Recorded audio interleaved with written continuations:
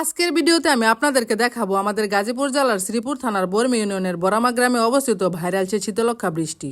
যেই বৃষ্টি 2টি উপজেলা ও 2টি জেলাকে স্বামী স্ত্রীর বন্ধনের মতো আবদ্ধ করেছে। এই বৃষ্টি শুধু ইট পাথরের কাঠামো নয়, এটি হৃদয়ের সংযোগ, মানুষের স্বপ্নকে বাস্তবে রূপ দেওয়ার এক অনন্য প্রতীক। এই বৃষ্টি যেন 2টি উপজেলার মাঝখানে দাঁড়িয়ে কাপাসিয়া আর শ্রীপুরকে এক বন্ধনে বেঁধে রেখেছে। শুধু তাই নয়, এটি একসঙ্গে মিলিয়েছে 2টি জেলাকে, গাজীপুর ও কিশোরগঞ্জ জেলা। বহুদিন ধরে আলাদা ছিল দুই পার, মাঝখানে নদী থাকার কারণে যে সকল আত্মীয় স্বজনকে মনে হতো বহু দূরে, আজ যেন তারা হাত ধরেছে। যুগাযুগের নতুন দুয়ার খুলে দিয়েছে এই শীতলক্ষা ব্রিজ, বদলে দিয়েছে হাজার মানুষের যাতায়াত, ব্যবসা, শিক্ষার পথ। প্রতিদিন এই ব্রিজের উপর দিয়ে যখন মানুষ চলাচল করে, তখন সেখানে শুধু মানুষের পা পড়ে না, বেসে চলে আশা, ভালোবাসা আর ভবিষ্যতের প্রতিশ্রুতি। প্রায় 5-6 বছর হয়েছে বৃষ্টি চালু হয়েছে। আমার বাড়ি এই ব্রিজ থেকে আধা কিলো দূরে, তারপরও এই ব্রিজের উপর আমার তেমনভাবে আসা হয়নি, দেখা হয়নি। আজকে আমার স্বামীর সাথে আমি কিশোরগঞ্জ যাচ্ছি, ভাবলাম তো এই ব্রিজে দাঁড়িয়ে একটা ভিডিও করি আপনাদেরকে দেখানোর জন্য। শীতলক্ষা নদীর এই বৃষ্টি প্রথম একত্রিত করেছে বরামা আর সিংহশ্রী গ্রামকে। এটা হচ্ছে ব্রিজের উপর দাঁড়িয়ে নদীর উত্তর দিক, এই উত্তর দিক চলে গেছে বর্মি বাজার, পাগলা, গফরগাঁও, ত্রিমোহনী। তারপর এটা হচ্ছে ব্রিজের উপর দাঁড়িয়ে পূর্ব দিক, এই পূর্ব দিক চলে গেছে সিংহশ্রী, কিশোরগঞ্জ। এখন আমি ব্রিজের উপর দাঁড়িয়ে আপনাদেরকে দেখাচ্ছি নদীর দক্ষিণ দিক, এই দক্ষিণ দিক চলে গেছে গুসিঙ্গাও, কাপাসিয়ার দিকে। এই ব্রিজের উপর দাঁড়িয়ে আপনি যদি শীতলক্ষা নদীটাকে উপভোগ করেন, তাহলে কিন্তু নদীর দক্ষিণ সাইডের ভিউটা বেশি সুন্দর।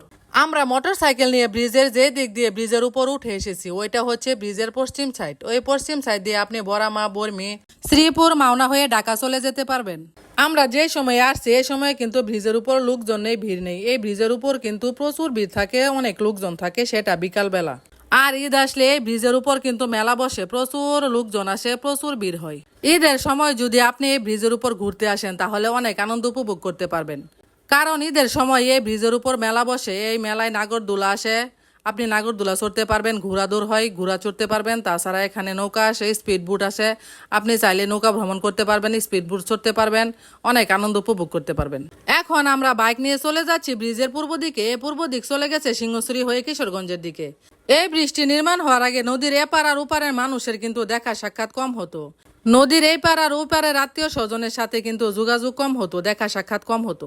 এই বৃষ্টি নির্মাণ হওয়ার পর থেকে এখন কিন্তু এই পার আর ওপারের আত্মীয় স্বজনের সাথে যখন তখন দেখা করা যায়, যখন তখন তাদের বাসায় গিয়ে সাক্ষাৎ করা যায়।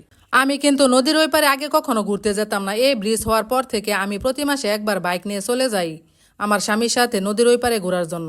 আমি গাজীপুর জেলার মানুষ হলেও কিশোরগঞ্জ জেলা আমার খুব পছন্দ।